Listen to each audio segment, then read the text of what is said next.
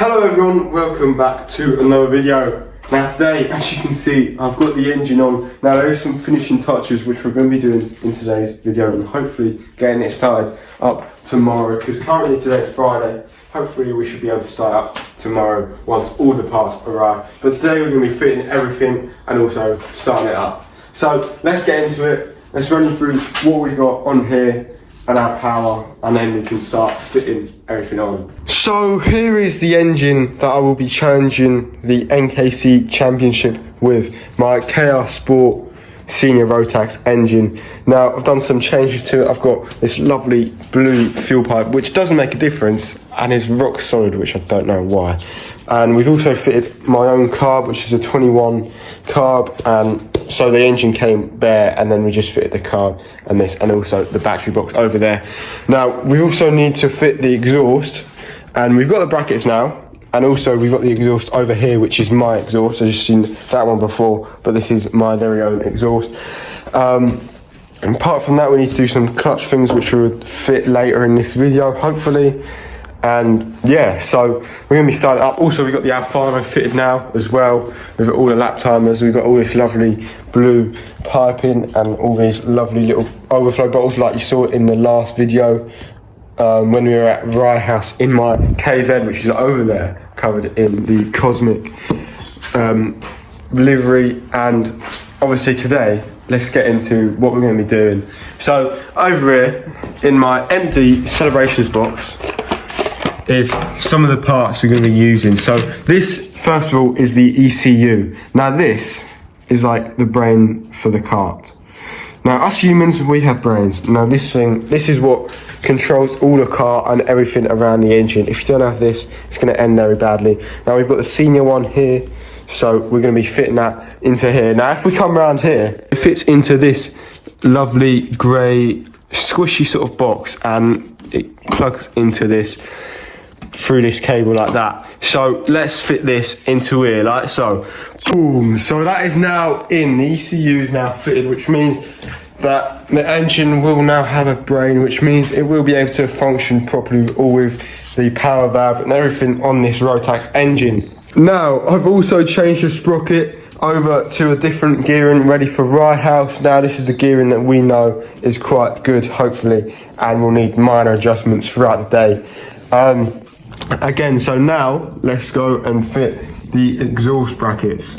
Now this simply mounts onto this bracket, and then we just do it up with a 13 nut underneath, just like this. And then I'm going to leave it loose for now, which means we can move it around on here and adjust it to how it sits on the engine nicely and does not rub on this large brake disc over here.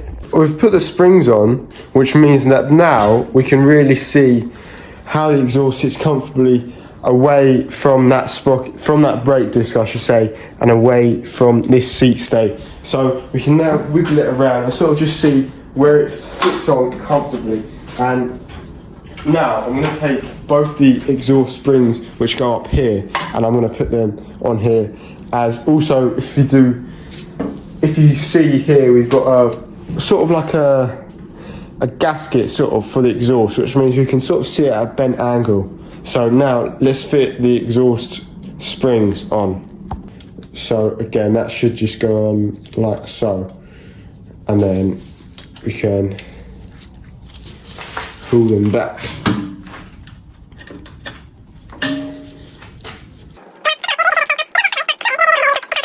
I don't know why, I think it's a bit stupid, but anyway, so now we've got some springs on there for now. I'm not sure if these are the actual springs we're going to be using, as they look really like they are stretching quite far, so I'm not entirely sure. Now if we look over here, how the exhaust is literally scraping on the discs. So we've got to move the exhaust over this way to where it's now more comfortably away. Now ignore my white socks, but you can now see we've got quite a big gap, and we just want to make it as big as possible.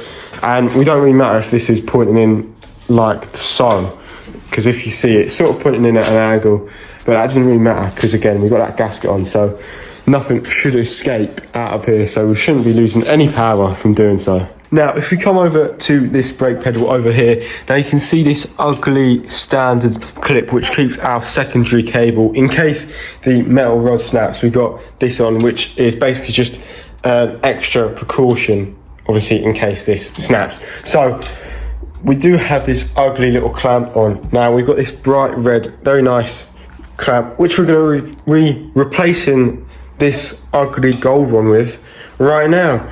Boom! That nice red one on to complement the red one we got on the other side for the throttle cable, which still needs to be attached down here.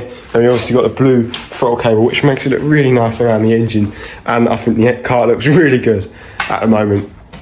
And obviously there's not much to do anymore, to be honest. We need to align the chain once the clutch drum aligns, which should be later today.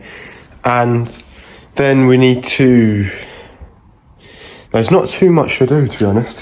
What else do we need to do? We need to do all of this part up here. We need to connect all the throttle cable, obviously, and fit some mojos on. Because currently, if you look onto our wheels, we've got LeContes on, which are the KZ2 tyres, which makes them very grippy, which means we'll be doing very fast lap times, but not realistic for what we'll be racing on in the Rotax category. So we've got some mojos on the way, and then we can switch these over onto mojos.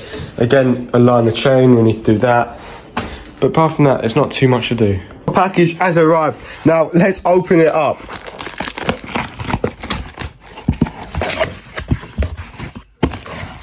Inside here is my 12 clutch drum, and as you can see, there's no cracks, there's nothing in it. It's in really good condition, which is good, which means we can now go downstairs and fit it onto my car, and then we can align all the chain and we can put the chain on.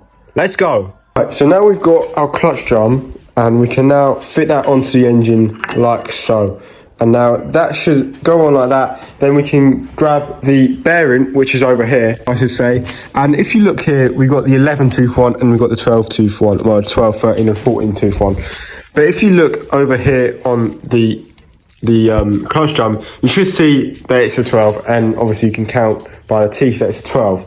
So that means we're going to be fitting on this one, which is the 12, 13, 14 one, just because I'm not sure if it's a different thickness, but for some reason they have different thicknesses or whatever for the higher geared, and that should go on like that, and then we can fit the nut on. So let's fit this. Obviously we put this washer on like so, and then next what we're going to do is we're going to put on this nut just with finger tightness. But this is the next part, which can be a bit confusing for some people, which is where basically you put on this tool here, which locks it into almost like a gear, like in a KZ. And if we move this up now this basically allows us to tighten it, because without this it would just spin around like that. But with this, obviously we can lock it into place and we can tighten it up properly.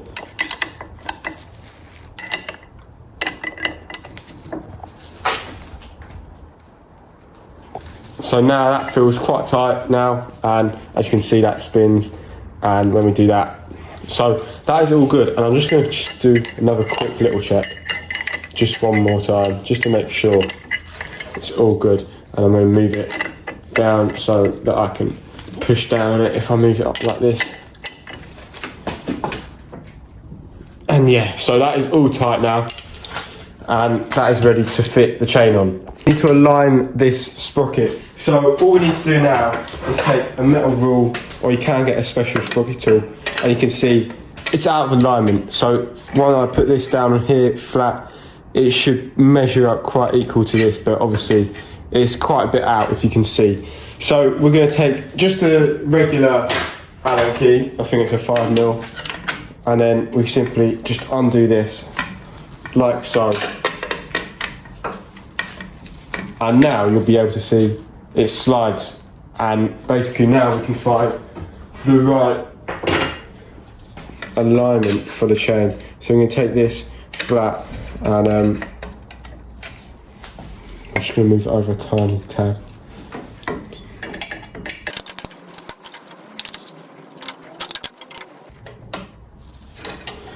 And now you can see that this sprocket is now aligned. So we're going to go ahead and tighten it up. Now, trying to be careful not to move it over at all. And now it should not move, and we're just going to tighten that properly.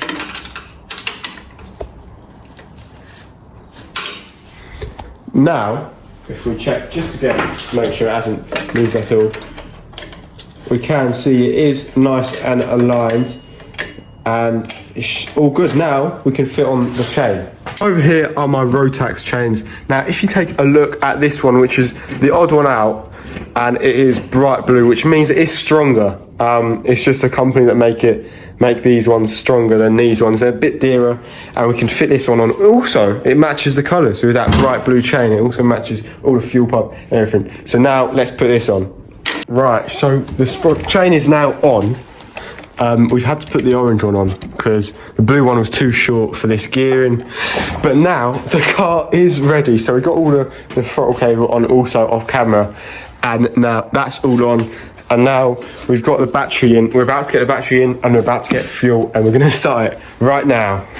So here I am putting in the battery. Something we don't have in the KZ.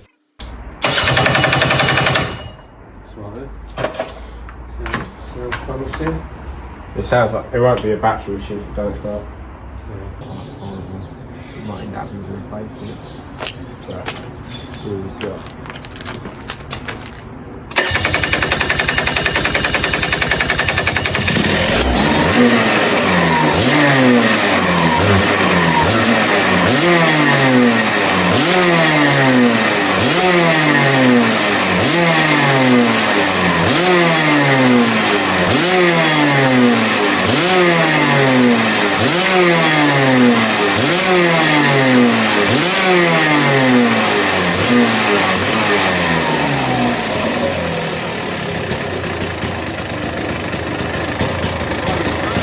Yeah, man.